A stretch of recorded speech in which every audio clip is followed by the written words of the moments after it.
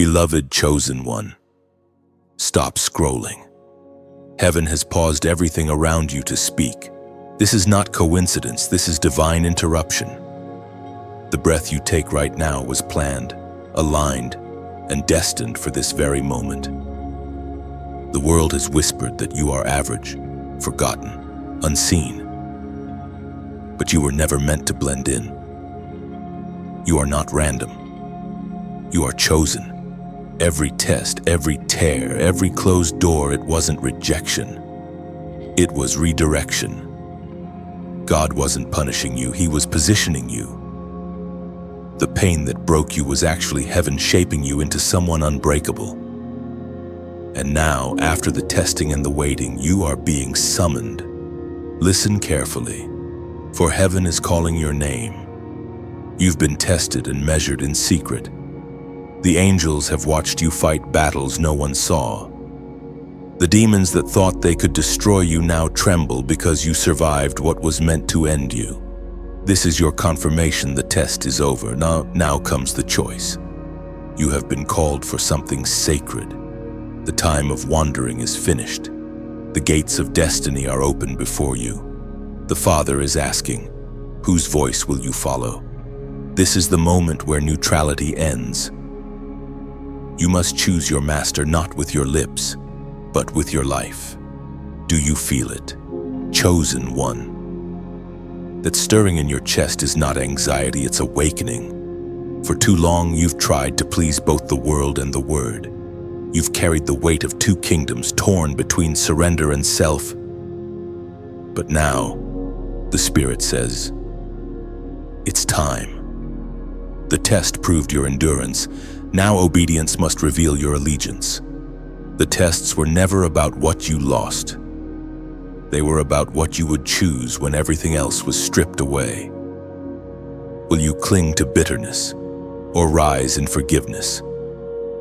Will you chase recognition or seek righteousness?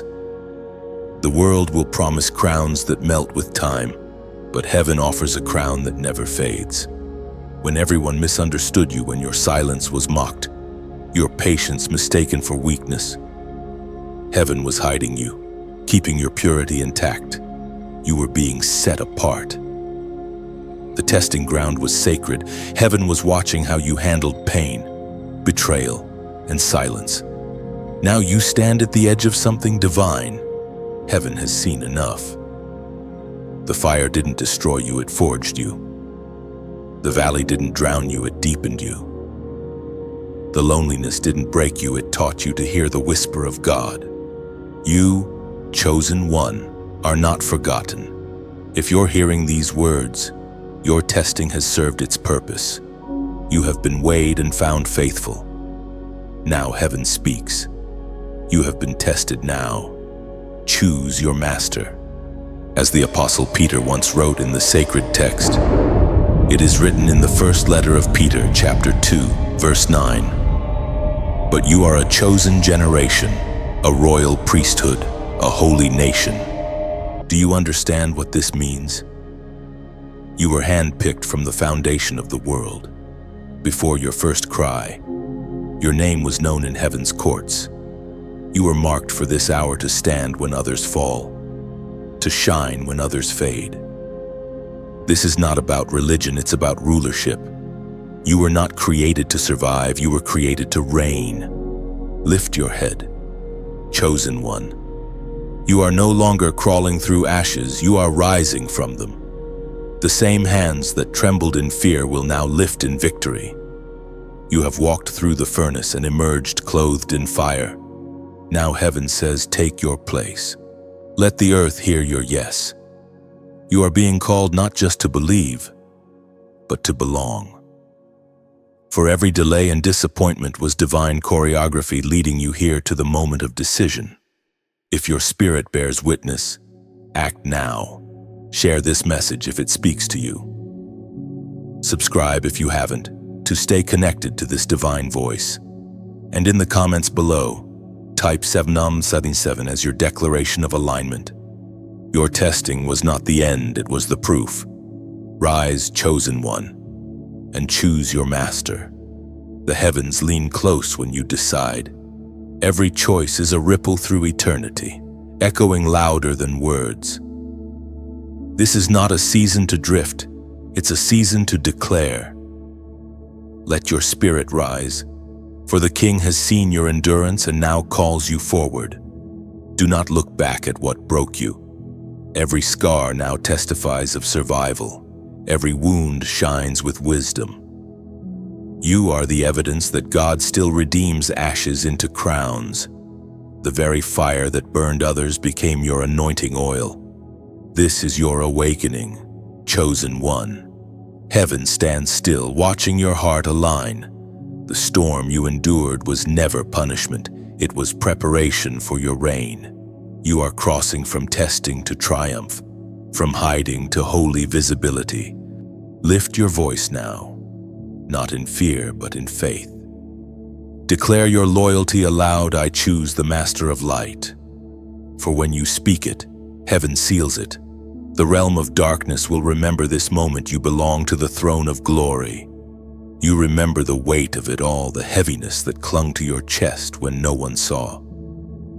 The nights when your prayers felt like whispers into an empty room. You wondered if heaven had forgotten your name. You asked why the pain would not relent. Why every open door seemed to close just as you reached for it. But now, as your eyes open in the light of understanding, you realize those nights were never wasted. They were the proving ground of your spirit. Every storm that came against you carried a purpose. Every heartbreak was a mirror, revealing what still needed surrender. The silence you mistook for divine absence was actually divine observation. Heaven was watching not to punish you, but to measure the depth of your faith when it had nothing left to hold on to but hope.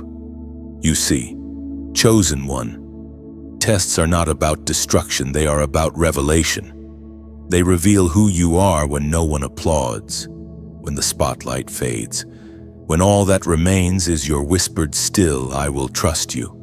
God didn't need your perfection, He was after your endurance. For it is in endurance that your loyalty is proven. You have been in the furnace long enough to understand that comfort never produces growth. The ache in your soul was a sacred hammer, shaping your inner strength. The loss you endured stripped away false securities so that only truth could remain. You were not being broken down, you were being built differently. When people turned their backs, heaven was watching who you would become without their validation. When the blessing seemed delayed, the true blessing was being formed inside you, the ability to stand firm without proof. You are learning that faith doesn't flourish in the absence of pain, but in the midst of it. Every unanswered prayer, every unfulfilled dream, every delay, they were not denials. They were alignments. You were being refined so that when the answer finally came, you would have the character to sustain it. God wasn't saying no. He was saying, not yet, my child, not until you are ready to carry what I've prepared. Do you remember the loneliness that felt unbearable? That was not punishment, it was separation for transformation. The divine hand removed what was unstable so you could stand unshaken. Every betrayal, every goodbye, every season of confusion was sculpting wisdom inside your heart. You thought you were being emptied, but in truth, you were being made whole. There were moments when you asked, why me? But heaven looked down and whispered, because you can. The storms you faced were not random attacks, they were divine selections. God chose you to endure what others could not, because He knew what He placed inside you. He trusted you with trials as evidence of your strength. You may not have understood it then, but the pressure you felt was proof that you were carrying purpose. Diamonds are formed under weight, gold is purified by fire, and souls are sanctified through struggle. You were never weak.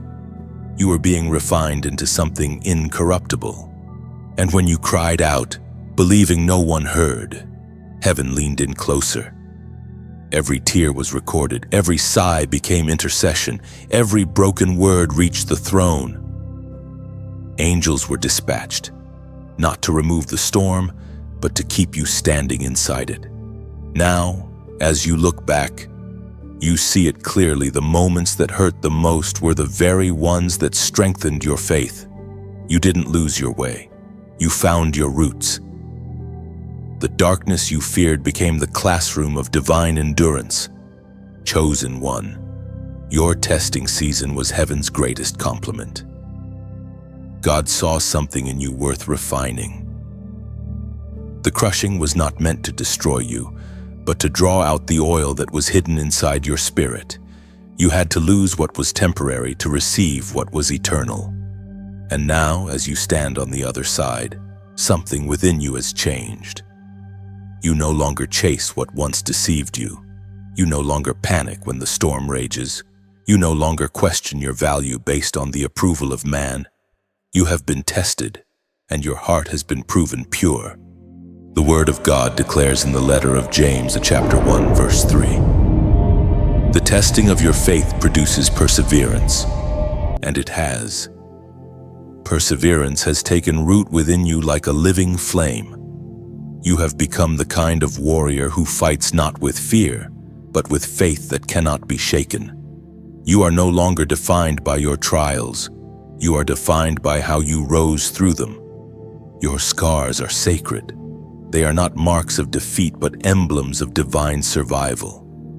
Heaven saw every moment you chose to keep believing when it would have been easier to quit. You passed the test not because you were perfect, but because you refused to surrender your trust. So now, breathe deeply. Chosen one.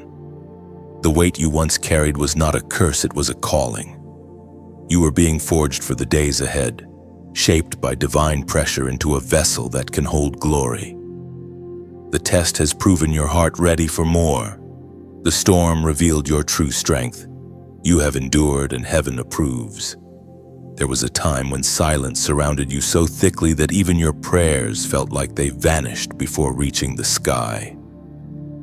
You thought God had stepped away, that perhaps your voice had grown too small for heaven to notice. But now you begin to understand He did not abandon you. He led you into the wilderness to make you hear what can only be heard in stillness. The wilderness was never punishment. It was protection. It was the sacred classroom where distractions were stripped away so that only the divine whisper could remain. The world was too loud, too filled with noise and opinions. And heaven knew you needed quiet to rediscover the sound of His voice.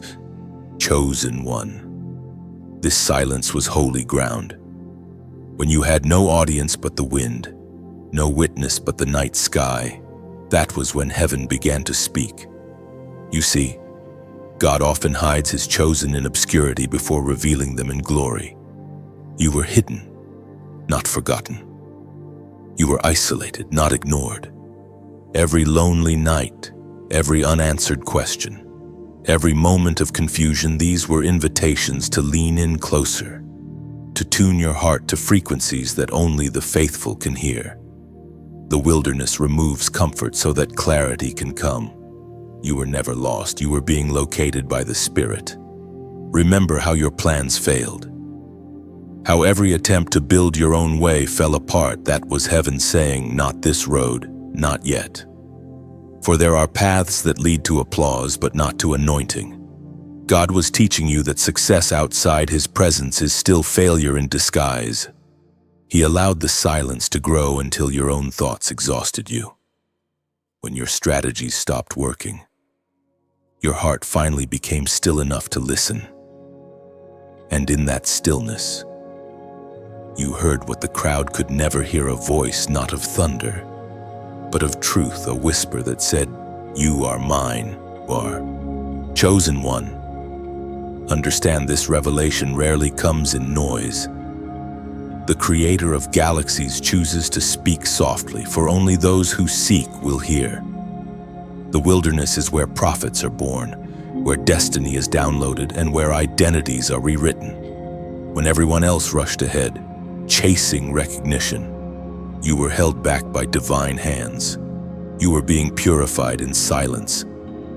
The wilderness taught you the rhythm of obedience, slow, steady, surrendered. It taught you that the absence of movement is not the absence of God.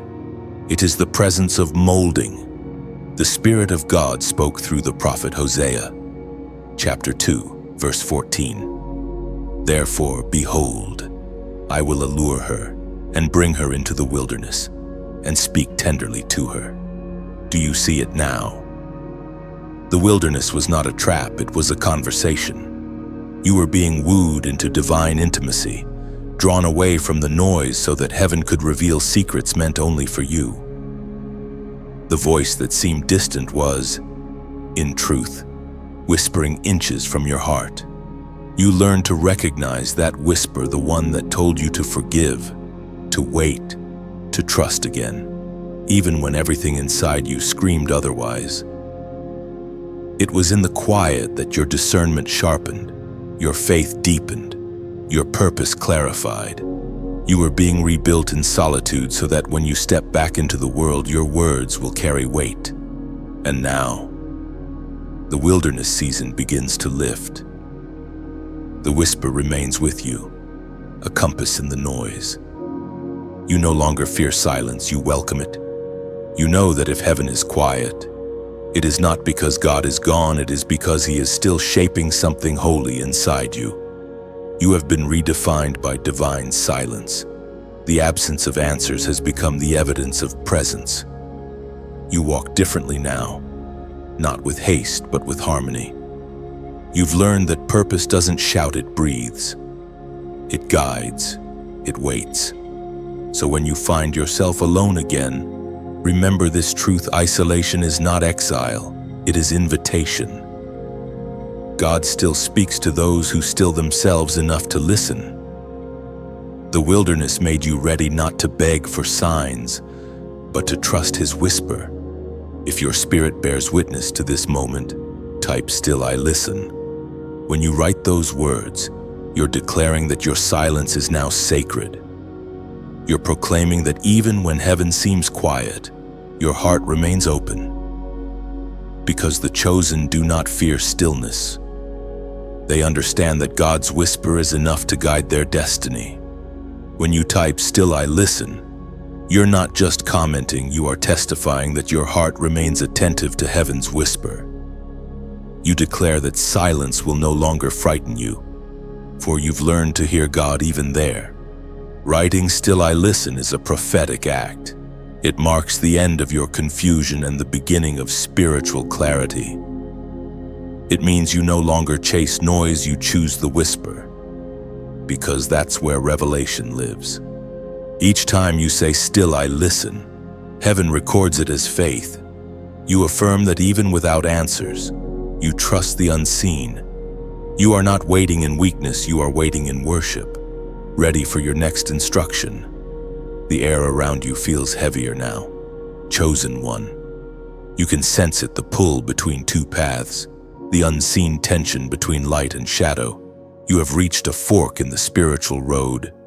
Everything you've endured has led you to this point. Heaven watches in silence, not because it is indifferent, but because it is waiting for your decision. You stand in the sacred pause between the old you and the one heaven is calling forth. This is not a battle of chance, it is a battle of choice.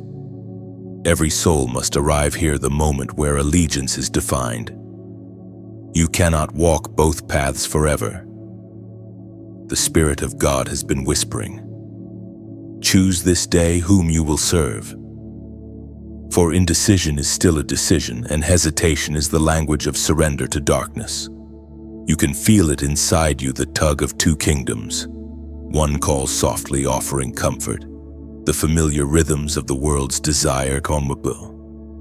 The other burns quietly, inviting you into surrender, sacrifice, and sanctity. The world offers recognition. Heaven offers redemption. The difference is subtle but eternal. One feeds your ego, the other frees your soul. The narrow road has never been glamorous. It demands release, humility, and faith. It will cost you things you thought you needed, certain relationships, habits, and comforts, but it will also give you something priceless: peace. The wide road promises ease, yet always ends in emptiness. Its glitter blinds the unguarded heart. You may look around and see others prospering on that broad path, gaining praise and possessions, and wonder if you chose wrong by standing still. But remember, delay is not denial. Sometimes heaven slows your pace to keep your heart pure. The narrow road may feel lonely, but it leads to a crown that can never be taken away. This is the same moment Joshua faced when he stood before Israel, commanding them to choose their allegiance. His voice still echoes through the ages, and it calls to you now. Choose for yourselves this day whom you will serve. Those words, ancient and timeless, were not just for a nation, they are for you. For you cannot serve both kingdoms. One will always demand your devotion while the other slowly fades from your focus. If you follow the light, darkness will lose its grip, but if you keep your gaze on the world, the light will dim in your sight. Every thought you entertain is a step. Every compromise is a direction. The choices you make when no one is watching reveal the master you serve more clearly than any declaration you could ever speak aloud. Heaven measures not the loudness of your worship, but the alignment of your will. There are two thrones, one of self and one of the Savior. Both cannot reign in the same heart. You must decide which voice will govern your actions, which kingdom will claim your loyalty. The choice is sacred because it shapes eternity. Do not think of this as punishment, but as promotion. The very fact that heaven allows you to choose means you are trusted with authority. Angels obey, humans choose, and through that choice, your destiny unfolds. If you choose the path of light, understand that it will not always feel safe, but it will always be holy. You will be misunderstood by many, resisted by darkness, and sometimes even doubted by yourself. But every step taken in faith carves your name deeper into eternity. If you choose the world, the road may seem easier at first. The lights are brighter, the noise more familiar. But beneath that surface comfort lies a slow fading of the soul. What you gain in visibility, you lose in vitality. What you build with compromise cannot withstand the winds of testing. Chosen one, this moment demands stillness and clarity. You have walked through the testing, survived the silence, and emerged with wisdom. Now, the decision rests not on emotion but on revelation. You know too much truth to turn back. You have seen too much light to pretend blindness. The spirit within you already leans toward the throne of grace. That pull you feel is not fear, it's destiny. You are being invited to live beyond survival, beyond comfort, beyond compromise, to walk with purpose, to align not with fleeting pleasure, but with eternal power. The road of light may narrow, but it leads to expansion of soul. The road of darkness may widen, but it ends in constriction and loss. The choice has always been between temporary satisfaction and eternal significance. So stand still in this sacred intersection. Feel heaven's eyes upon you. You are no longer the tested, you are the deciding. And once you choose your master, heaven will move mountains to align with your obedience. For the throne you serve determines the future you inherit. And when your choice is made, the heavens will respond. The winds will shift, the atmosphere will change, and your path will light beneath your feet. For every true decision in faith awakens divine movement in unseen realms. You've begun to see the world differently now, haven't you? Chosen one. The illusions that once dazzled you have started to lose their color. The voices that promised you comfort now sound hollow. Because once you've tasted truth, Nothing counterfeit can satisfy. You are awakening to a deeper reality, the realm where light and deception are always at war for your loyalty. For the enemy rarely attacks you openly. He prefers disguise. He speaks in half-truths, wrapping lies in beauty so that they look like blessings. His voice imitates comfort, his path mimics peace, and his gifts sparkle only long enough to keep you distracted from the real treasure, divine purpose. You see, deception doesn't always look like danger. It often looks like opportunity. It sounds like safety. It feels like what your flesh wants most in the moment. But darkness is clever. It offers comfort to capture obedience. It says you deserve to rest, to indulge, to forget your calling for a while. But every compromise is a seed that grows into chains. The most dangerous enemy you'll face isn't the one that roars, it's the one that whispers, "God won't mind." Yet deep inside, your spirit always knows when the voice is false. You feel it like a shadow in sunlight, a subtle unease that warns, this isn't the way. Chosen one, heaven gave you discernment for this reason. You were never meant to walk blind in a world of illusions. The more you draw near to the true voice, the more you recognize the counterfeit. That inner stirring, that holy discomfort, that's the Spirit protecting you from deception. The Apostle Paul once warned the faithful, as recorded in the second letter to the Corinthians, chapter 11, verse 14. Even Satan disguises himself as an angel of light. Let those words sink deep into you.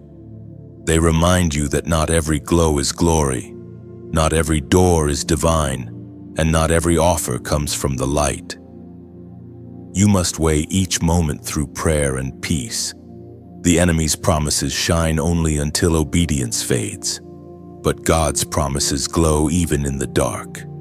And so, the journey continues. You've walked through testing, endured silence, and now you are learning to discern the imitation from the authentic. It's not easy. Few things that refine the soul are, but each time you choose the true voice, heaven rejoices. Every right decision echoes like a bell in the spiritual realm, declaring this one belongs to the light. You are not walking this path alone. There are many like you, other chosen souls awakening in every corner of the earth, hearing the same whisper, feeling the same pull toward truth. Together, you form a hidden army of light bearers. This message you hear now isn't just sound, it's a thread weaving you into that global tapestry of faith. If these words have stirred something in you, if they've helped you breathe again, then touch the flame. Tap the heart, share the light. Let it travel where darkness still sleeps. Every like is a spark. Every share a torch passed forward. Subscribe if you haven't yet, not as routine, but as the act of keeping a lamp trimmed and ready. Each new message becomes fresh oil for your journey, a steady reminder that you are not walking this narrow road alone. And now, something sacred, softly spoken when you give. You are not paying for words, you are pouring oil into the lamp. You are saying, let this light keep burning for those still lost. To donate is to plant a seed in eternal soil. It is not obligation, but overflow, the overflow of gratitude that says, I was once in darkness, and now I want the flame to reach another. Your gift, no matter its size, is like a drop of oil added to the fire, helping it shine through another night. If your heart feels the gentle nudge to give, let it flow naturally. Think of it as releasing a river that waters unseen gardens. What you pour out returns as peace, multiplied in ways only heaven can measure. Chosen one, never forget you were deceived once, but now you discern. You were lost once, but now you lead. You were tested once, but now you testify. Every part of your journey has meaning. Every lesson has been preparation for the purpose unfolding now. So walk boldly in truth. Keep the flame alive. Share the light. Sow the seed, pour the oil, and when you give, do it with joy, because the light you help sustain may be the very one that guides another soul home. Every act of giving becomes a whisper of faith that heaven never ignores. You may never see the faces you touch on, but eternity will.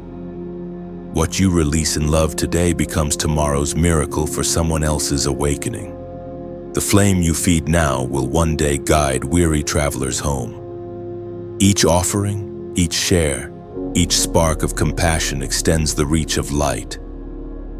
You are no longer just receiving, you are becoming the lantern that leads others to grace. You've walked through deception and stood against the counterfeit light. Now something begins to stir within you, a quiet realization that obedience is not a cage, but a crown. What once felt like surrender now feels like freedom. The chains that once restrained you have become reminders of what you've outgrown. Heaven is marking you. Chosen one, not with fame or gold, but with the seal of obedience. Obedience is not blind servitude. It is sacred alignment. It is the moment your heart says, "Even if I don't understand, I still trust." The world teaches rebellion as strength, but heaven calls surrender power. When you yield to divine direction, you are not losing control, you are handing the steering wheel back to the one who wrote your path long before you walked it. The storms that once frightened you now remind you of his authority. The fire that once threatened to consume you now refines you. You are learning that peace is not the absence of battle, it is the confidence of knowing who leads you through it. There was a time when your prayers were bargains, God. If you do this, I will follow.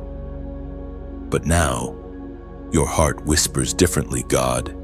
Even if you don't, I still will. That is the sound of transformation. That is the voice of one who has passed the test of trust. Chosen one, obedience is the language of heaven. Every time you obey, even in the smallest way, something shifts in the spirit realm. Angels move, darkness retreats. Blessings that were once delayed begin to find you. Obedience is not just an act, it is access. Think of it like a seal pressed into wax. When the king approves a message, he seals it to prove its authenticity. The same happens with your life. Every yes you whisper becomes an imprint of heaven upon your soul, a divine mark that says, "This one belongs to the light." It is written in the book of Isaiah, chapter 1, verse 19. "If you are willing and obedient, you shall eat the good of the land." Those words are not just ancient poetry, they are prophecy. They mean that when your will aligns with his, doors open that effort alone could never unlock. The favor you've been chasing begins to chase you. The peace you sought finally rests in your hands, not as a gift earned, but as a promise kept. Your obedience will not always be visible to others. Some will misunderstand it, call it foolish, even mock it. But what they cannot see is what happens behind the veil, the hidden rewards of surrender. God is not looking for perfect people, he is looking for obedient hearts. When he says wait, your stillness becomes strength. When he says go, your steps become lightning in the spirit. Obedience makes you unstoppable because it links your motion to divine momentum. The world can resist you, but it cannot overrule what heaven has commanded. Every act of obedience, no matter how small, becomes a seed of favor. When you forgive, even when you don't feel like it's seed. When you stay humble instead of retaliating, seed. When you pray instead of panicking, seed. And heaven multiplies what you plant in faith. You see, obedience is not about fear of punishment. It's about the joy of trust. It's about knowing that the one guiding you sees beyond your moment, into eternity. You obey not because you must, but because you've learned his way is better, his timing wiser, his hand safer. Chosen one, this is your moment of sealing. the tests, the wilderness, the discernment, they have all led you here.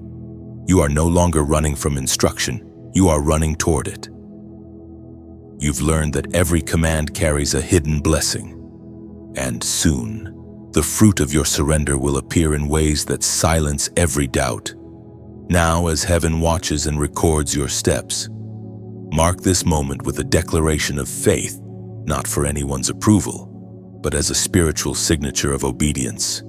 If this message resonates in your spirit, if you feel that quiet confirmation that God is sealing something new upon you, then comment 888 below. Why 888? Because it is the number of new beginnings and resurrection.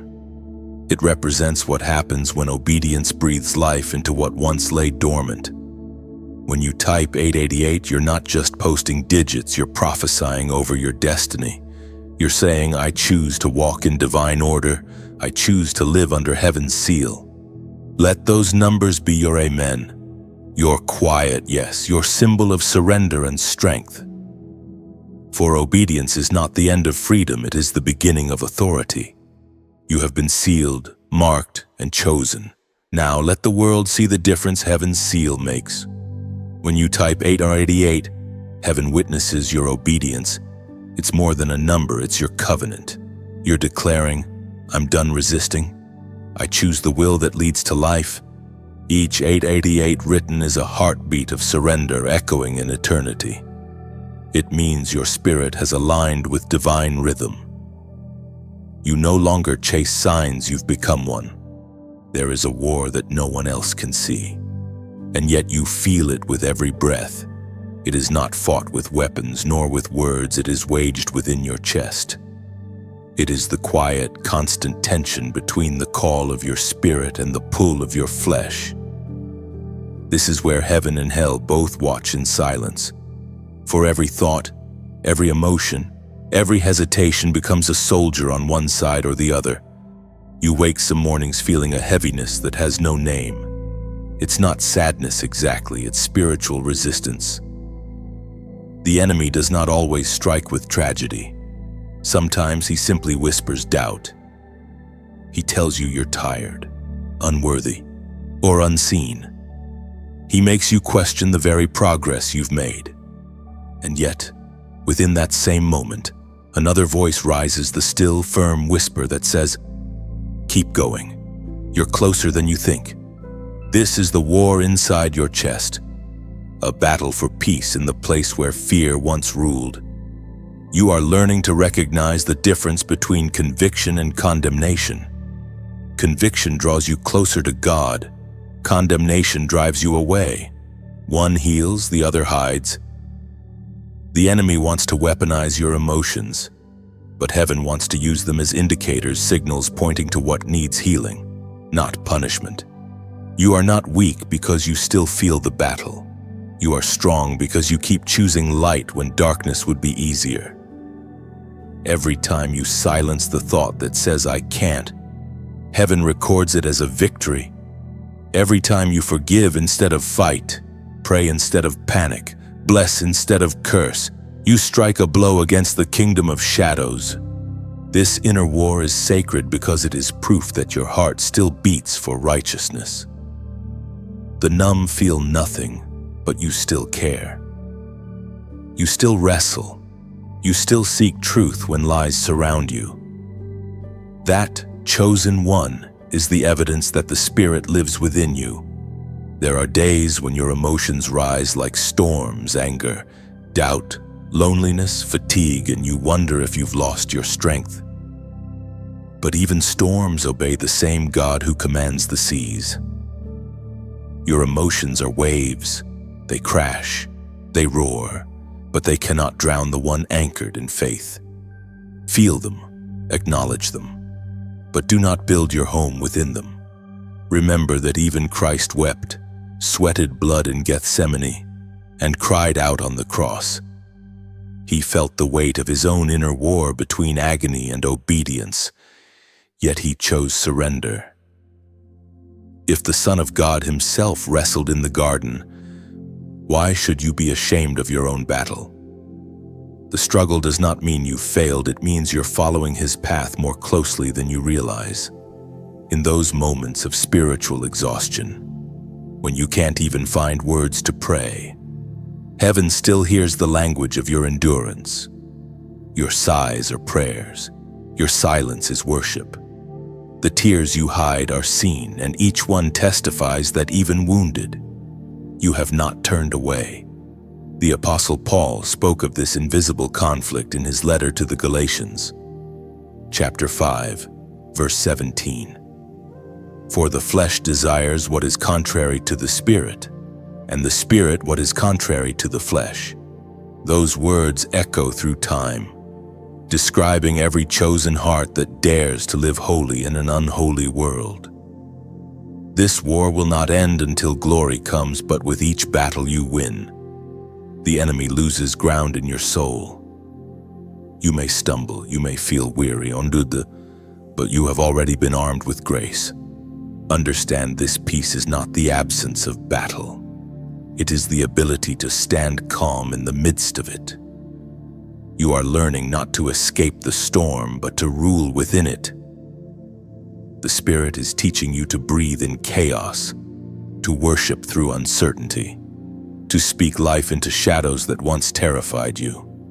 There will come a day when what now feels like war will feel like rhythm.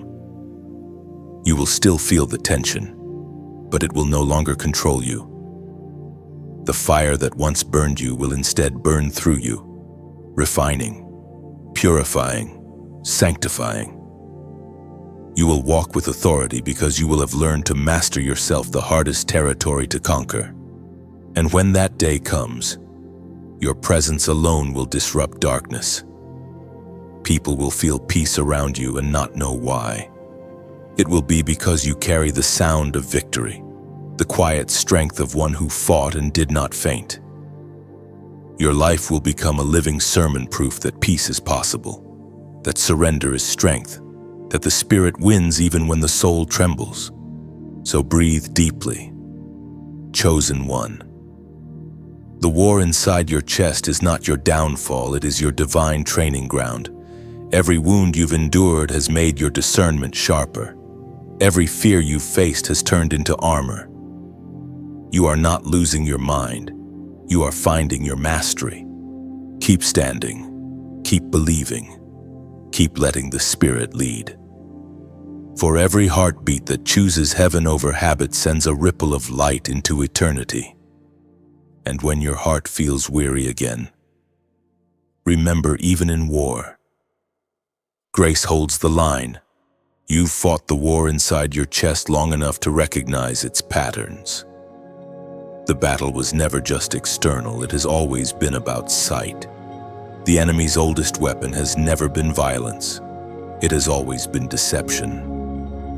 And not every deception comes with horns, and darkness somewhere smiles.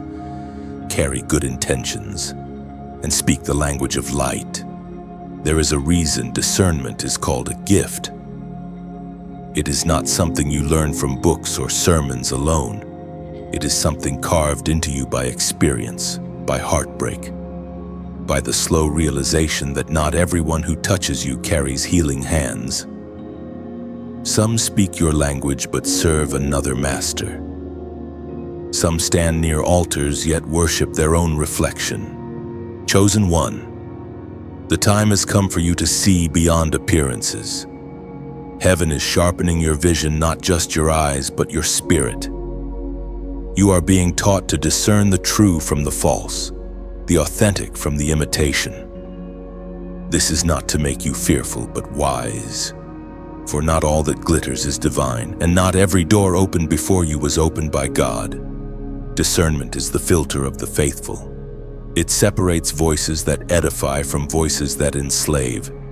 It teaches you to pause before you believe, to weigh every spirit, every influence, every smile that crosses your path. The world tells you to trust your feelings. Heaven tells you to test them. Emotions can be manipulated, but peace cannot be faked. When God speaks, even correction carries calm. When the counterfeit speaks, confusion follows close behind. There were people you thought were allies. People who said God told me, but whose actions drained your spirit. That wasn't your failure, it was your awakening. You were not wrong to love them. But now you must learn to guard what is sacred. Every chosen soul must eventually learn that not everyone who stands beside you is assigned to walk with you. You were called to be kind, not careless, compassionate, not blind. The Spirit of truth now trains your senses to recognize energy and motive. You will begin to feel heaviness where deceit lingers, restlessness where manipulation hides, and peace only where authenticity reigns. This is your spiritual maturity taking shape.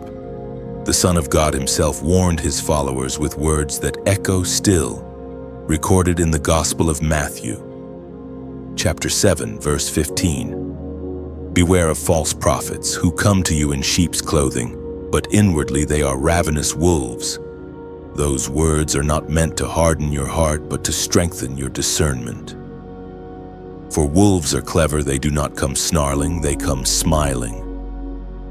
They use kindness as a disguise, flattery as bait, and familiarity as chains.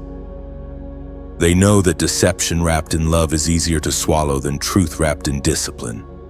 But you, chosen one, are no longer unaware.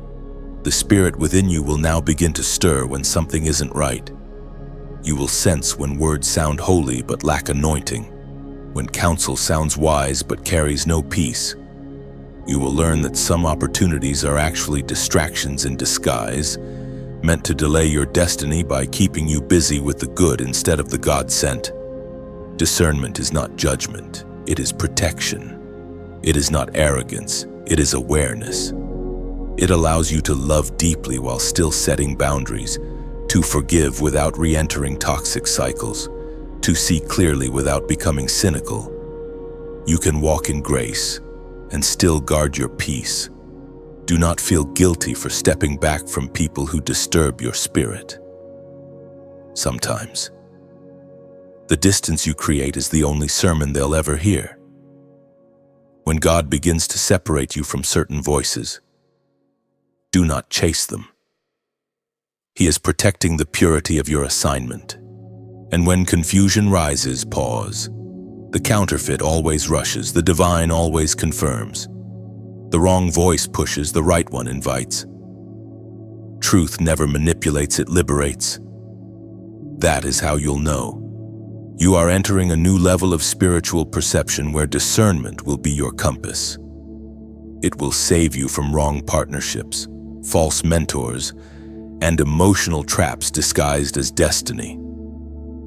You will begin to see clearly, not because the world changed, but because your eyes finally did. This clarity is your inheritance. It is heaven's way of keeping you safe while moving you forward. The gift of discernment will cost you comfort, but it will reward you with peace. It may isolate you for a time, but it will surround you with truth. You were once deceived, but now you discern. The same sensitivity that made you vulnerable will now make you powerful. You will walk into rooms and sense what others cannot. You will listen and hear what is unsaid. You will feel a nudge and know which way to turn. So fear not the unveiling. When masks fall, do not mourn what is revealed. Thank heaven for the clarity. What leaves you was never meant to remain. What stays will stand the test of truth. Chosen one, the masks of deception are falling. The truth is being revealed. Stand still, trust the whisper, and guard your spirit. For what God is building in you requires vision that cannot be fooled by imitation light. There comes a moment when silence is no longer enough, when what was hidden in the dark must finally be spoken. The Spirit begins to stir in your chest, urging you to release what you've carried in secret.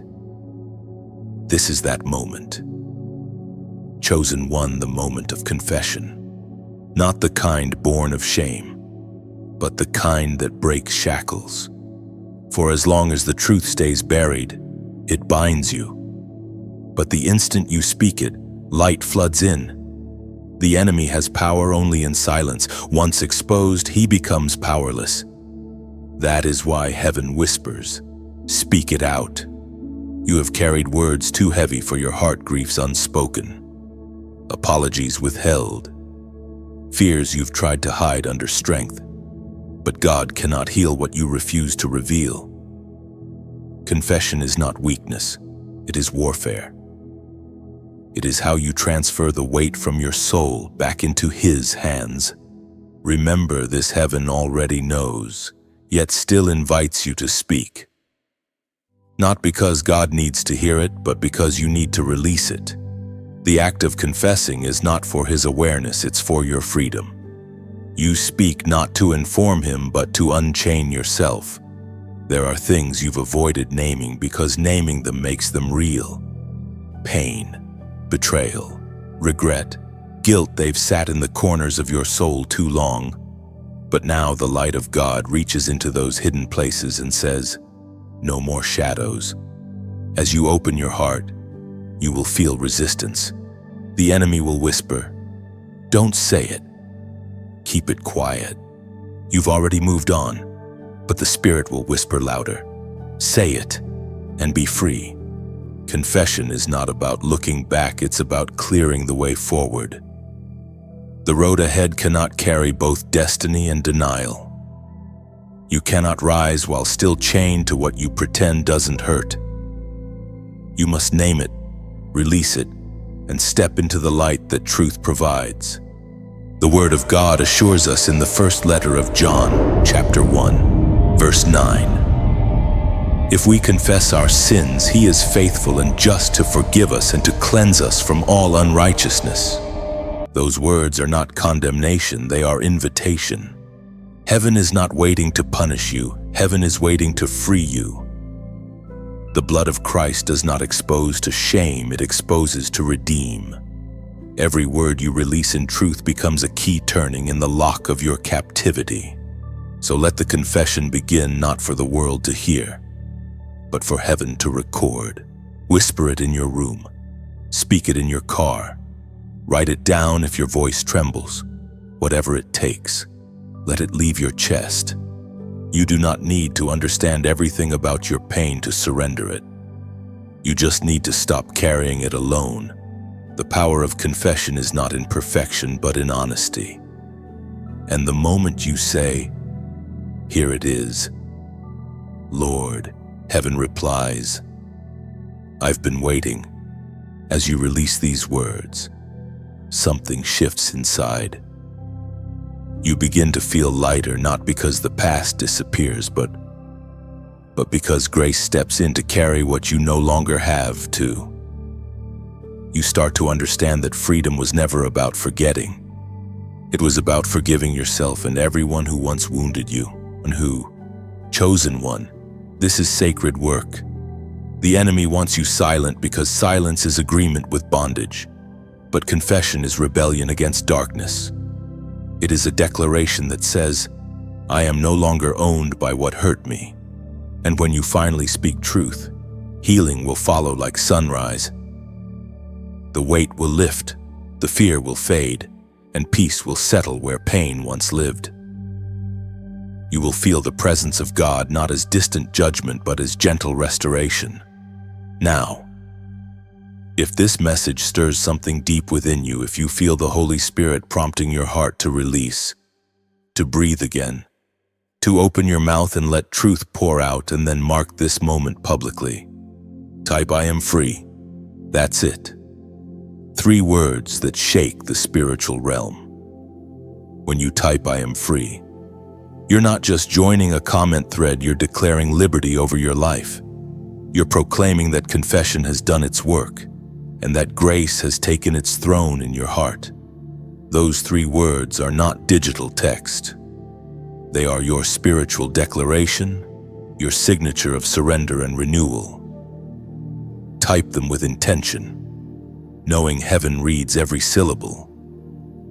For the chains you break with honesty will never bind you again. When you write, "I am free," heaven witnesses your declaration. Those words become a roar in the spirit, silencing accusation. You are not who you were, you are who grace is shaping you to be. Each "I am free" is a banner lifted in unseen realm. You're saying the past no longer owns me. You're signing the papers of your own release, and heaven's light rushes to fill the space once darkened. Typing "I am free" is not performance, it's prophecy. It means you've agreed with truth, not trauma. You've stopped hiding and started healing. Freedom doesn't begin with movement, it begins with the courage to speak. The flames that once surrounded you have finally dimmed. And now, as the smoke clears, you begin to see something gleaming within the ashes. It's not ruin, it's reflection. What looked like destruction was actually revelation. For in the furnace, you were not consumed. You were refined.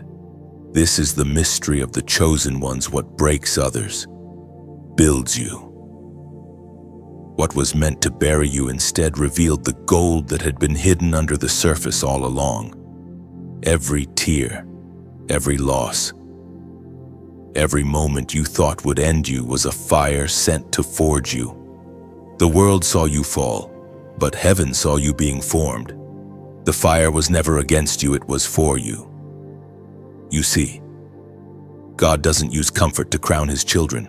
He uses fire to fit them for eternity. When you walked through the heat, something sacred happened. Your impurities burned away, and your true nature began to shine. It was proclaimed in the book of Zechariah, chapter 13, verse 9. I will refine them as silver is refined, and test them as gold is tested.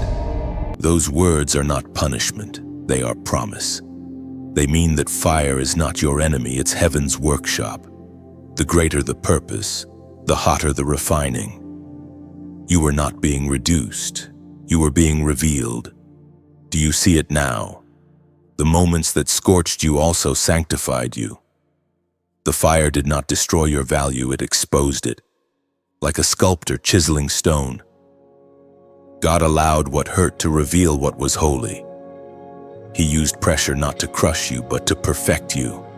You are the crown hidden in fire, the evidence that endurance has eternal reward.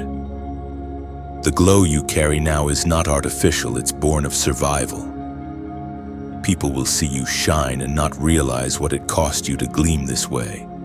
And as you rise from the ashes, heaven whispers, now, let others see the light that came from your pain, because light unshared fades, but light given multiplies. If this message touches you, let it travel. Tap the heart, it's like adding another log to the fire. Share this message, it's how the flame leaps from one soul to another. Every small gesture becomes a spark that keeps hope alive for someone still walking through their furnace. Subscribe if you haven't yet, not out of habit, but as a way of staying connected to the warmth that faith ignites. Every new word that reaches you will be another coal of comfort, another reminder that you're not the only one walking through the heat. And now, let's speak softly about something sacred, the act of giving. Many hesitate when they hear that word because the world has abused it. But in the kingdom, giving is not taking from you. It's releasing through you. It's like breathing, you exhale so that others can inhale.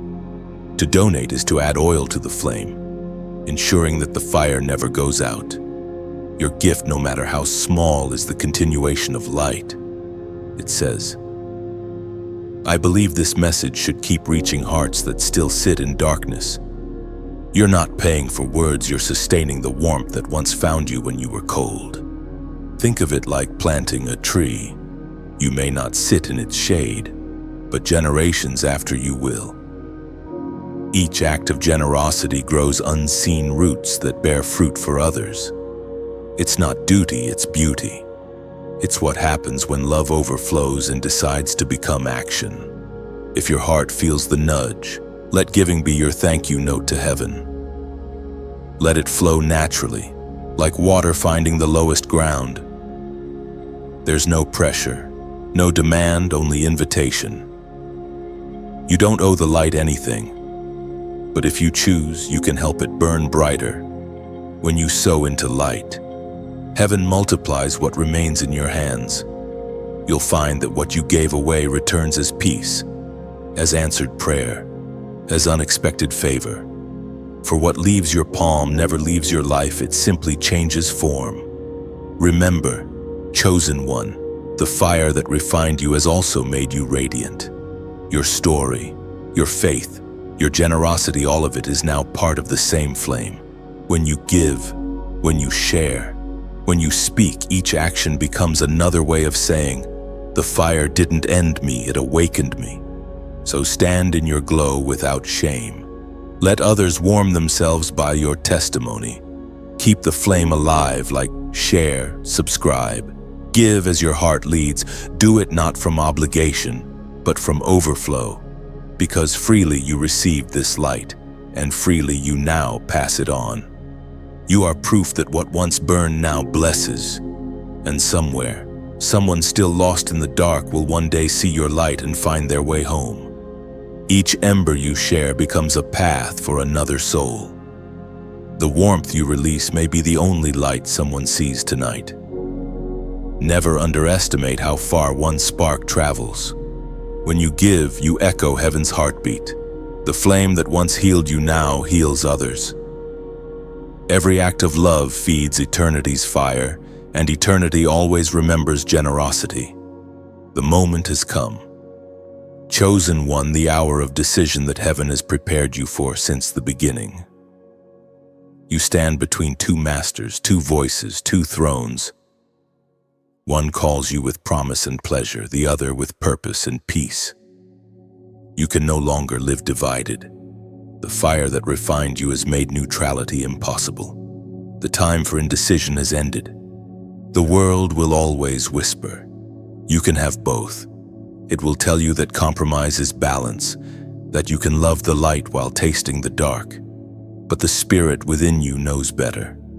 You have felt the weight of disobedience before, the ache of distance when you tried to walk with God while holding hands with the world. You remember how heavy your heart became when you wanted both blessing and rebellion. It cannot be so. There are only two masters. One enslaves you with illusion, promising freedom while binding your soul with invisible chains. The other sets you free by asking for everything: your comfort, your control, your plans, and returning purpose in exchange. The first offers pleasure without peace, the second surrender that leads to joy.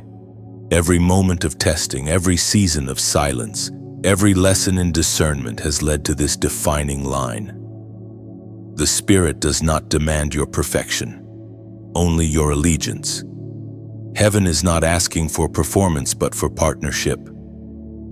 God is not seeking servants who obey out of fear, but sons and daughters who obey out of love. The choice will not always look dramatic. It is not always made in grand gestures or public vows. Often, it's quiet, made in the hidden corners of thought, in the moment you decide forgiveness over vengeance, truth over comfort, humility over pride. These are the small crossroads that determine your master. You already know which voice speaks life.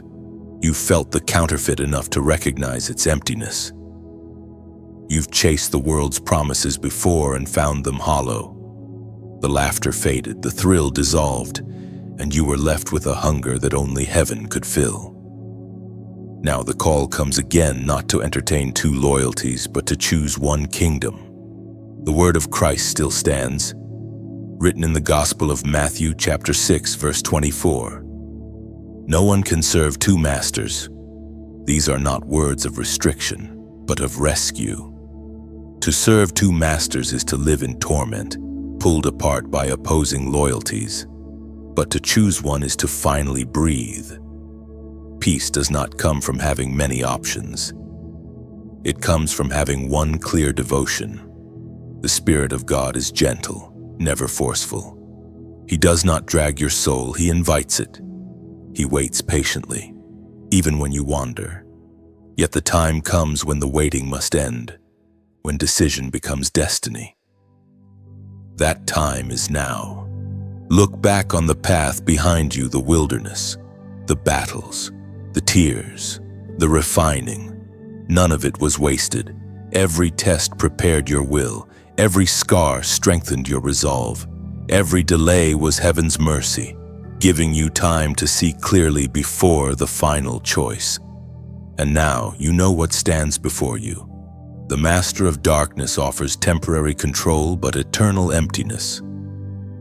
The master of light offers surrender that leads to everlasting glory. One takes everything and leaves you with nothing. The other asks for everything and gives you more than you could ever imagine. Do not fear the cost. Every yes to God costs something lesser. Every act of obedience feels like loss until you see what grows from it. Abraham left his land, but gained a nation. Peter dropped his net, but gained a kingdom. You, too, must lay down something in order to rise. The call is not to perfection, but to priority, to decide who sits on the throne of your heart. This choice cannot be postponed, because delay itself is a silent answer. The one who waits indefinitely has already chosen the comfort of compromise. So take this moment seriously, but not fearfully. The master you choose will shape the rest of your journey, not because he controls you, but because he empowers what you align with. Darkness breeds confusion. Light births clarity. One demands disguise. The other invites authenticity. You have heard both voices before, and deep within you already know which one is truth. The light has never lied to you. The darkness always has. Today, you are being asked not just to believe in God, but to belong to Him. Chosen one, this is the holy hour, the turning point of destiny. Heaven leans close. The angels hold their breath. Creation itself watches as you lift your head and decide whose reflection your life will carry. The world offers its crowns. Heaven offers its cross. Only one leads to glory. 2. Whisper your answer in faith, and the heavens will hear. For once you choose your master, everything else begins to fall into divine order. And when your choice is made, all creation will recognize it. The wind will carry your name differently. Even the unseen realms will know you have chosen light, and heaven stands behind you. There is a moment after the choice is made when silence feels sacred again. It's not the silence of confusion anymore, it's the silence of recognition. Heaven has heard you. Your spirit has declared its allegiance. And now the voice that once felt distant begins to speak to you personally, tenderly, by name. For the God you serve is not a faraway ruler counting your mistakes. He is a Father who calls you by name, one who delights in every whisper of your obedience. His voice does not thunder to terrify, it calls to identify. And now, that voice begins to echo within your heart. You hear it not as a command, but as comfort. It says, I've seen you, I've known you, I've never left you. The same God who measured the stars also numbered your steps. The same hand that shaped mountains once reached down and lifted you from despair. He doesn't just know your name, he cherishes it. When heaven speaks your name, it doesn't sound like how others say it. It carries weight, memory, purpose. It's filled with every prayer you've whispered, every tear you've sown. And when he calls you, it's not to remind you of your failures, but to reawaken your future. It is written in the book of Isaiah, chapter 43, verse 1. Fear not, for I have redeemed you. I have called you by name. You are mine. Those words are a vow sealed by eternity. They mean that no mistake can erase your belonging. No distance can undo your redemption. You are known not in theory, but in detail. You are not just one among many. You are a story that heaven refuses to forget. Chosen one. There is peace in knowing that the Creator doesn't just love humanity in general. He loves you specifically. When He calls your name, He's not reciting a list. He's summoning purpose. His call is not for attendance, it's for assignment. You have spent seasons feeling unseen, but now the one who knit you together in the womb whispers, "I never lost sight of you." The wilderness didn't erase your identity, it revealed it. The waiting didn't silence your destiny, it matured it. Now, as you stand in this holy awareness, you begin to realize that intimacy with God was always the goal. Miracles, blessings, influence, they are all beautiful, but they are not the reward. He is. The voice that knows your name is the treasure you were searching for all along. The more you listen, the clearer it becomes. His tone carries warmth, not warning. His words bring direction, not dread. Every time He speaks, confusion loses ground. His voice restores the courage that fear once stole. It lifts your head when shame tries to lower it. There is no sweeter sound in all creation than the voice of God calling His child home.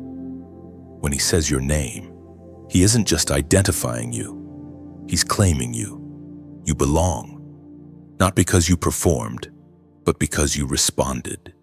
And now, the same God who called Moses from a burning bush and Samuel from his sleep calls you not to a task alone, but to a relationship. You are not an employee in His kingdom. You are an heir in His family.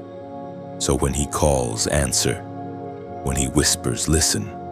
And when He speaks your name in love, believe it. For His voice is not bound by failure or distance. It finds you wherever you are and calls you closer.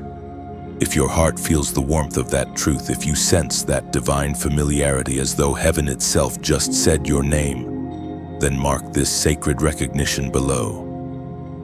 Type 9999. Why 9999?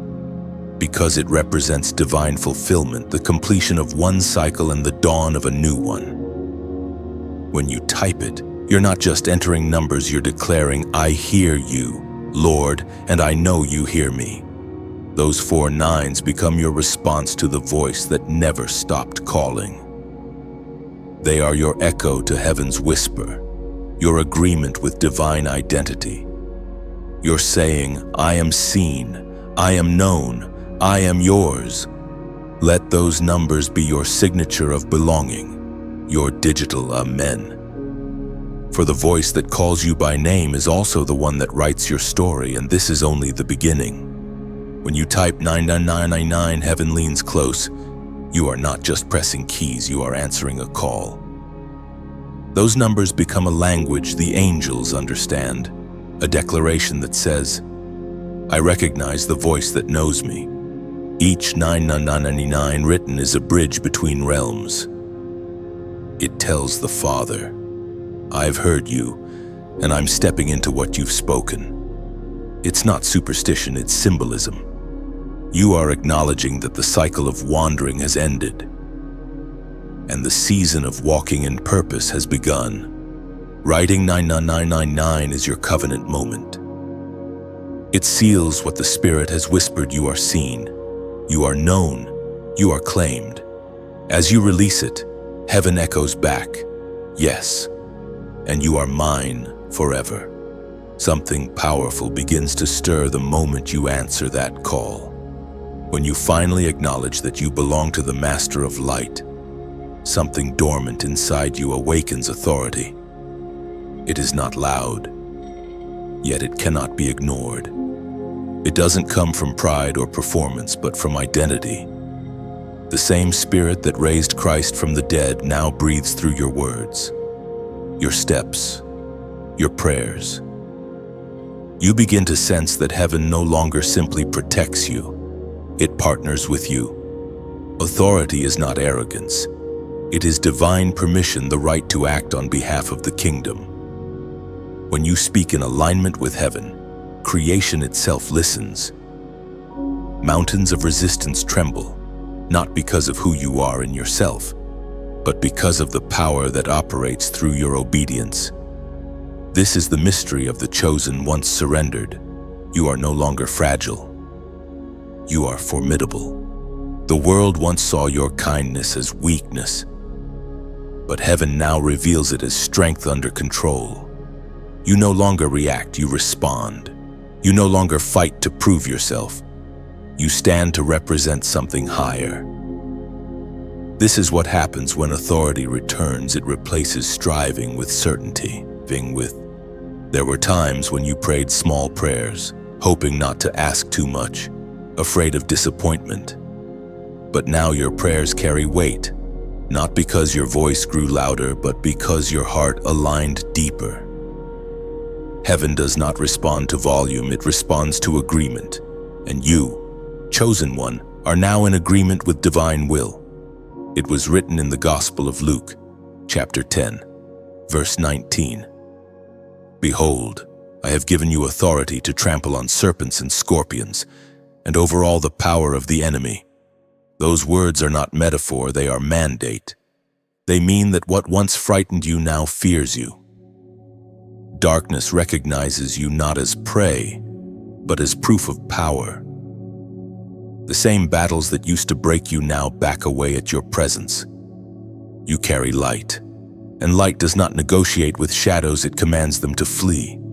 But understand, this true authority is not shown through domination, it is demonstrated through peace. When others panic, you remain still. When confusion rises, you bring clarity. When fear shouts, your faith whispers louder. That calm is your crown. It's the sign that you no longer fight for victory, you fight from victory. This restoration of authority changes how you see everything.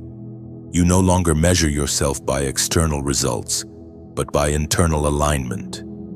You don't beg heaven to move, you partner with it. You speak not as a victim asking for mercy, but as an heir declaring inheritance. Every time you pray for someone else, you release ripples in the unseen. Every word of blessing carries creative power. When you forgive, chains break in places you'll never see. When you intercede, storms begin to calm for people you may never meet. This is the weight of divine representation. You are now an instrument through which heaven acts. You begin to realize that miracles are not random events. They are natural responses to divine authority.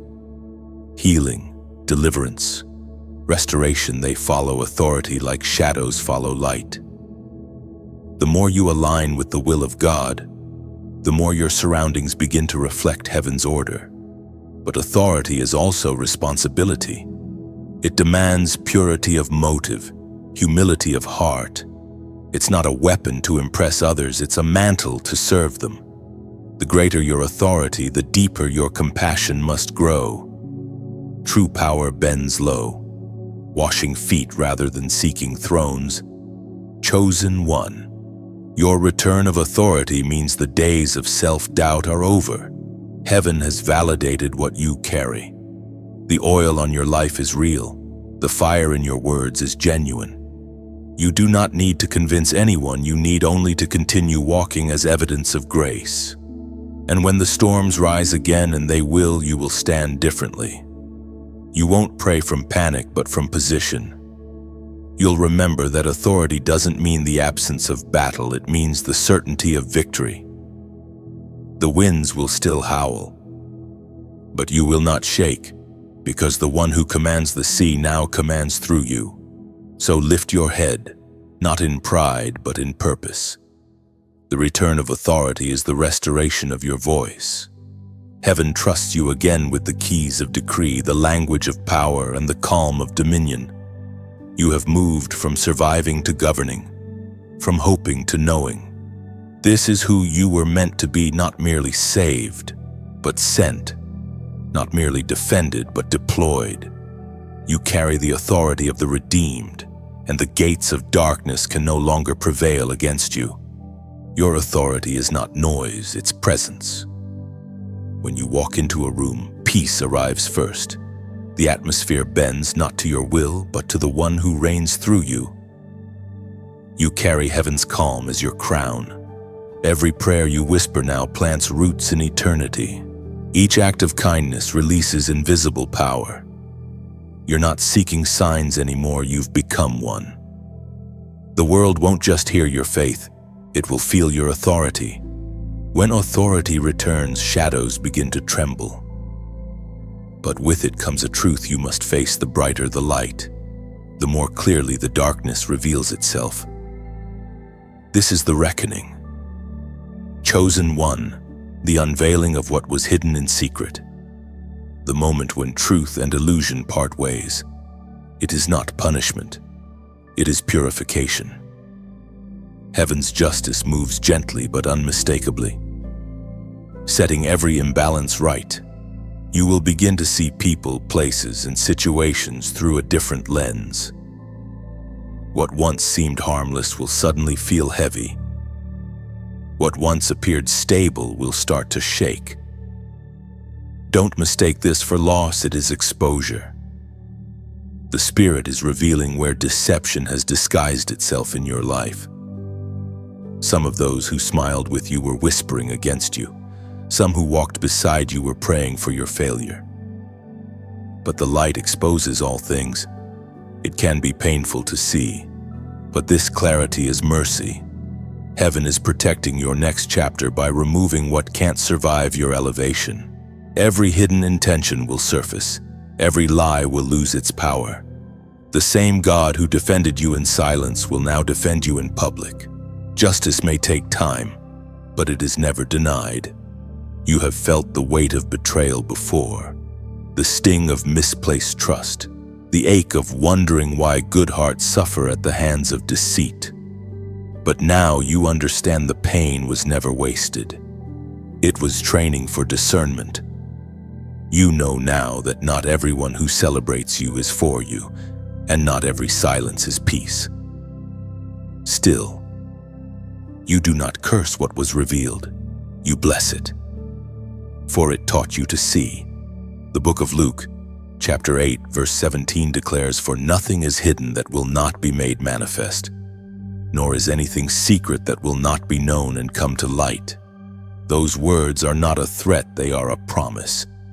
They assure you that no falsehood can stand forever. The masks must fall, because truth has come to claim its place. The same fire that purified you will now purify what surrounds you. When light begins to expose, you may feel torn between relief and grief. Some of what falls away will be people you once loved, dreams you once held, identities you once wore. But remember, the shaking is not to destroy, it's to realign. What is real will remain. What is false will fade. The foundation of your life must match the faith you now carry. The reckoning is not vengeance. It is vindication. You don't have to defend yourself anymore. The truth will do it for you. God does not forget integrity, and He never ignores injustice. The same hand that wrote mercy into your story is now writing correction into your surroundings. This is also the hour when those who mocked your silence will watch your vindication. They will see that your stillness was not weakness, it was wisdom. You were not ignoring the battle. You were waiting for divine timing. And now, heaven moves on your behalf. Yet even as justice unfolds, keep your heart soft. The light that exposes others will also examine you. Let it, allow it to refine what still needs healing. This is how you stay pure amid exposure, by remaining humble when vindicated. Chosen one, your role in this reckoning is not revenge, it is revelation. You are not here to point fingers, but to stand as proof that light always wins. When truth rises, it doesn't need noise, it needs witnesses. You are that witness. You are the living evidence that patience in pain produces power and purpose. As God brings closure, you will feel the atmosphere shift. Conversations that once drained you will fall silent. Places that once welcomed you will no longer feel familiar. Let them go. Not everything can travel where truth reigns. The more light you carry, the less you fit into shadows. There will be moments when you miss what was, people, seasons, comfort. That's human. But don't confuse nostalgia with calling. The past had its purpose. The present has its promise. The light is moving, and you must move with it. The reckoning of shadows is not an end, it's a renewal. Everything that leaves makes room for what's pure. Everything exposed becomes soil for growth. The same justice that reveals also restores. When the dust settles, you will see clearly what stood was meant to stay, what fell was meant to free you. And in that clarity, you will find peace again. A quiet, deep peace that no accusation can disturb. You will stand among the ruins of deception and realize they are no longer ruins, they are testimonies. Proof that truth still triumphs, that integrity still matters, that God still governs the unseen. So do not fear the light. Welcome it. Let it search, reveal, and rebuild. For the God who exposes darkness also covers his children with grace. And when the reckoning is complete, your life will not just shine, it will testify. Now that the light has done its work and the shadows have scattered, a quiet wind begins to move through your life. You feel it, the shift from survival to purpose. You are no longer the one merely standing. You are the one being sent. Heaven is commissioning you now. Chosen one. Not as the wounded, but as the weapon. Not as the broken, but as the bearer of light. Everything you have endured has become oil in your lamp. Every tear that once fell in pain has turned to anointing. The voice that once trembled now carries authority. The hands that once shook in fear now hold healing. You have been transformed from a survivor into a messenger. The fire that once refined you is now the flame you carry to ignite others. This is what it means to be chosen, not to be worshipped, but to be willing. To walk into the darkness and bring light. To step into the ruins and plant hope. To see chains and refuse to leave them unbroken. You are the answer to prayers you never heard. The sign that heaven still sends helpers wrapped in humanity. It was spoken by the Savior himself in the Gospel of Matthew, chapter 28, verse 19. Go therefore and make disciples of all nations.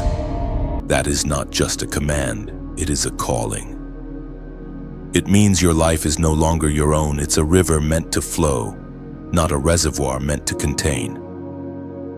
The grace that reached you is now meant to reach through you. So go not with fear, but with fire.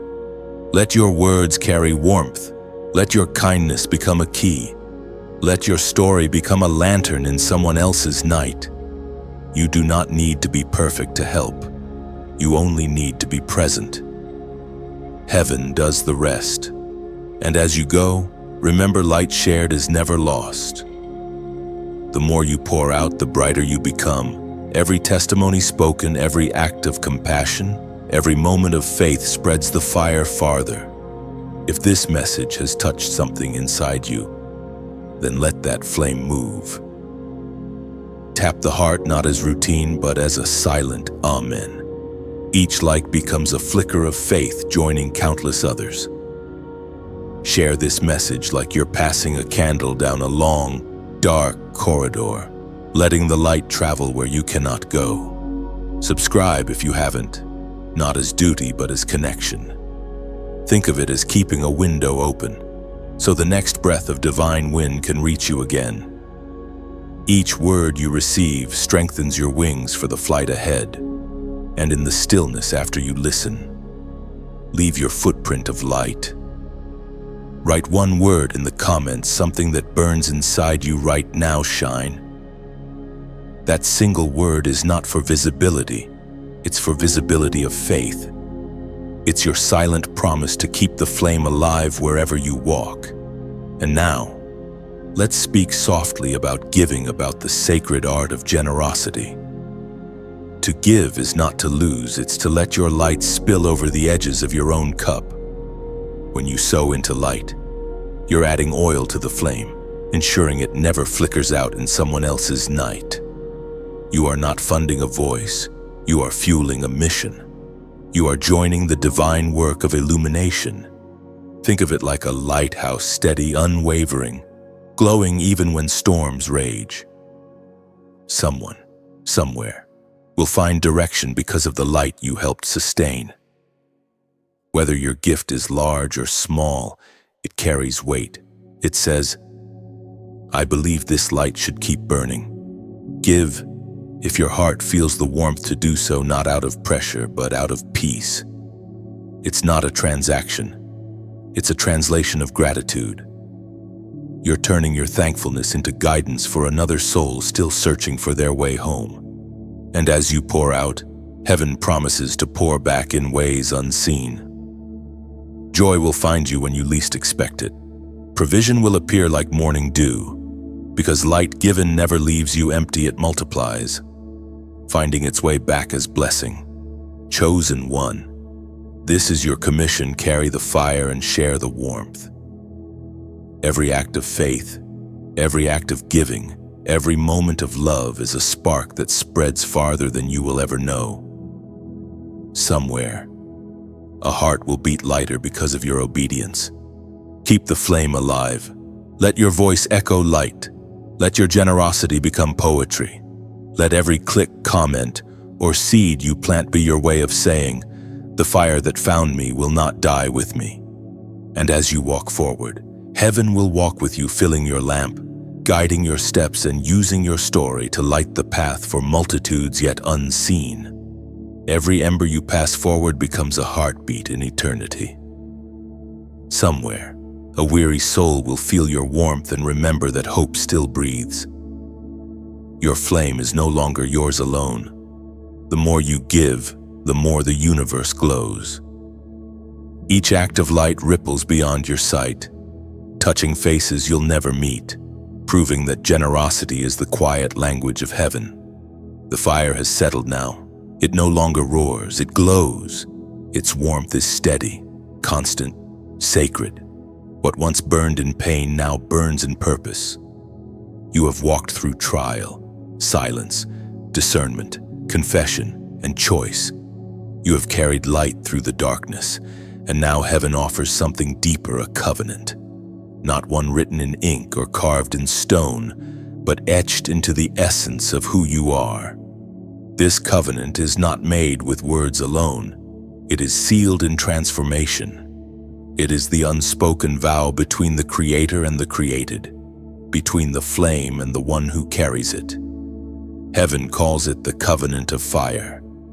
It is the promise that the same power that once refined you will now remain within you, guiding, guarding, and growing the divine purpose entrusted to your life. A covenant is not a contract. It cannot be broken by circumstance or time. It is a binding of hearts, a joining of wills, a holy exchange. In your covenant, God gives himself entirely, and in return, you give him your yes. That simple, quiet yes has been your offering all along.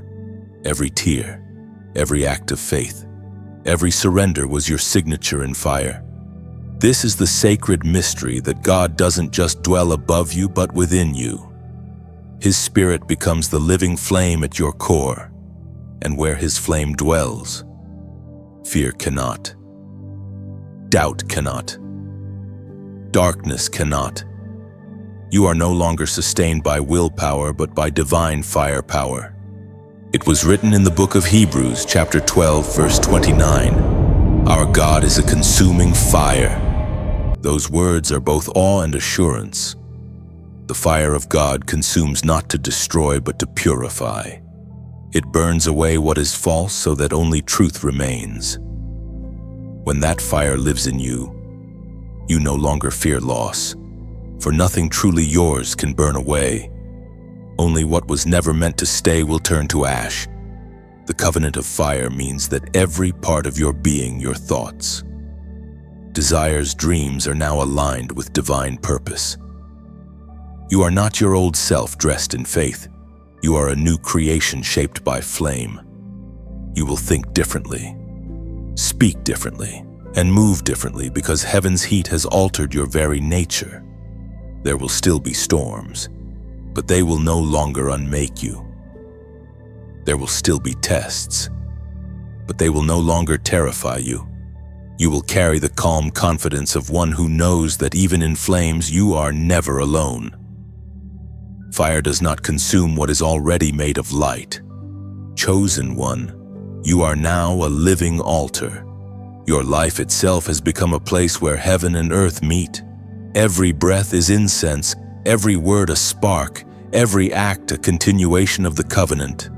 The presence of God will follow you not because you chase it, but because you host it. You will begin to notice that your spirit hungers less for validation and more for communion. The things that once pulled you away from peace will lose their power. You'll find yourself craving stillness, not noise, truth, not attention, substance, not spectacle. That's how you'll know the covenant is real. Your appetite has changed. Fire has no interest in applause. It exists only to illuminate and transform. And so do you. Your life will begin to light paths for others, not by force, but by simple being. People will feel something when you enter the room, the peace of presence, the quiet of purpose. That is the covenant at work, heaven speaking through you without words. But this covenant is also a responsibility. Fire cannot be careless, Mutz. It must be tended. Prayer will become your oxygen, integrity, your boundary, humility, your fuel. The moment pride tries to rise, the fire will remind you who you are, an instrument, not the source. The more you walk in this covenant, the more your life will feel weightless yet powerful. Burdens that once seemed unbearable will burn away as faith takes root deeper. You will understand that surrender was never loss, it was alignment. This covenant will not fade with time, it will grow stronger. Seasons will change, people will come and go, but the flame will remain. Even in silence, it will hum within you a steady warmth that says, "You are mine, and I am with you." Chosen one, you are no longer a wanderer searching for meaning. You are a bearer of sacred fire, a living vessel of divine covenant. The same God who called you through trial now walks with you in triumph. His presence has become your home. So let the fire rest. Let it glow. Let it guide. You have entered a promise that will outlast your breath. The covenant of fire is not about what you do, it's about who you've become. And who you are now will burn bright forever. Even when your voice falls silent, the covenant will still speak. It will shimmer in your actions, whisper through your compassion, and blaze quietly in your endurance. You are eternity's flame, alive and unextinguished. There comes a moment, chosen one, when the fire within and the light around you become one. No longer do you chase signs from heaven. You have become one. The journey of testing, silence, discernment, obedience, and covenant has brought you here to a sacred stillness where everything makes sense without needing explanation. You no longer ask, "Why me?" but instead whisper, "Thank you." You have learned that being chosen was never about superiority. It was always about surrender. God didn't select you because you were the loudest, the strongest, or the most worthy. He chose you because you were willing. Willing to break, to bend, to believe again when logic said quit. Willing to keep walking when every road ended in fog. The ones heaven uses are never the ones the world applauds. They are the ones who stay when others scatter. Every step, every scar, every silence was shaping something unshakable inside you. You have learned that faith is not found in noise, but in knowing.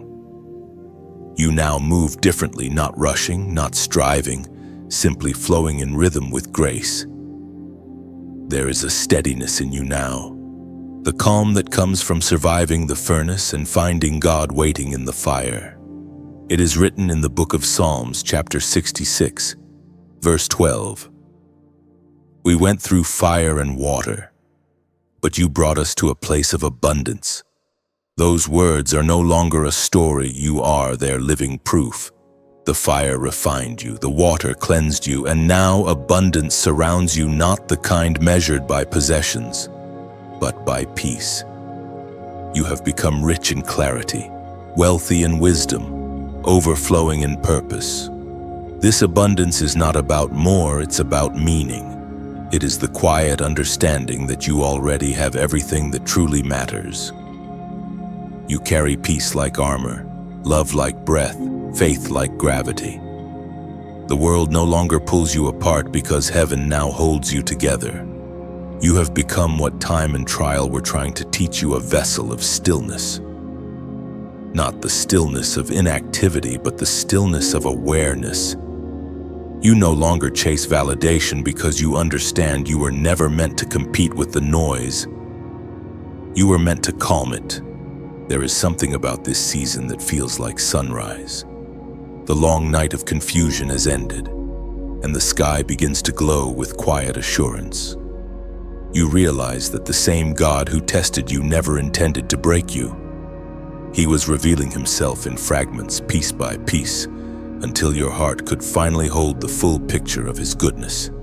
Now, when storms rise, you don't panic, you pray. When delays come, you don't despair, you discern. When blessings flow, you don't boast, you bow. This is maturity, the fruit of fire and faith.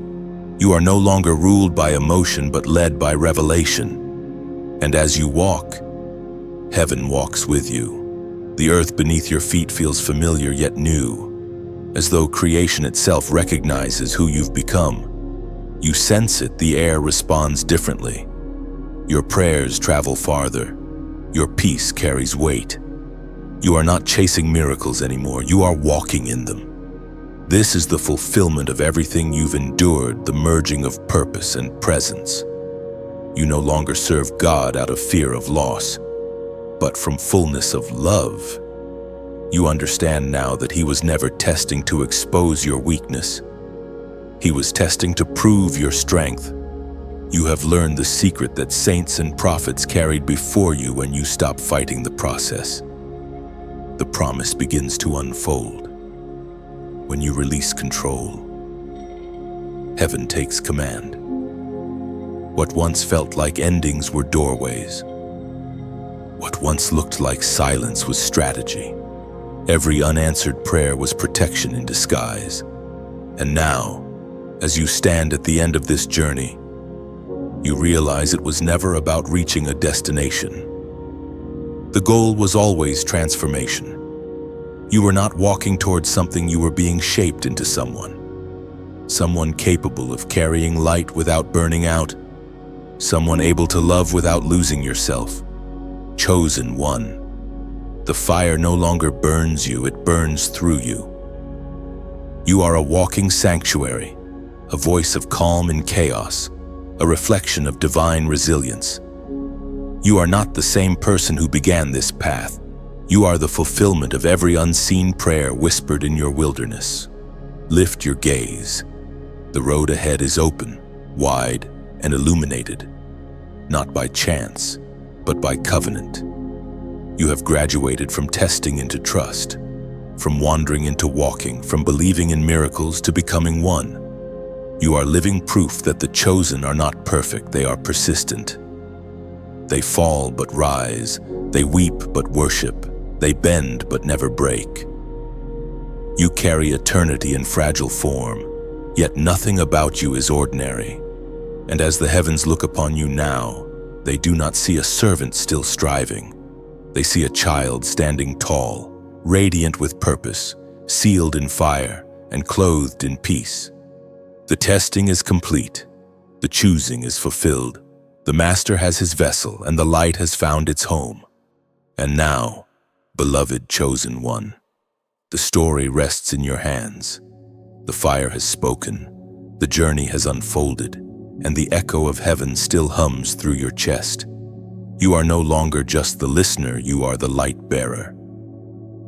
This message was never meant to stop with you, it was meant to flow through you. If your heart feels it, let this flame travel. Tap the heart, it's your silent whisper to heaven that the fire still burns. Share this message like a lantern passed from soul to soul, so someone lost in the night might find their way home. Subscribe if you haven't yet. Think of it as keeping the window of your spirit open so fresh wind can keep refilling your lamp. Every new word that arrives will be oil for tomorrow's courage. Write a single word in the comments, light. Let that be your final vow to carry illumination wherever you walk. It's not for recognition. It's remembrance, a sign that the journey changed you, that you now choose to shine instead of hide. And if your heart overflows enough to give, do it not as duty, but as devotion. Your gift is a log placed upon the fire, a promise that this light will keep reaching those still searching. Every seed of generosity becomes a spark that never dies, circling back one day as warmth in your own cold night. You have heard, you have risen, you have become the evidence that faith still works, that love still wins, that heaven still speaks. Keep the flame alive, like share, speak, give, shine, because somewhere out there, another chosen one is waiting for the light that burns in you.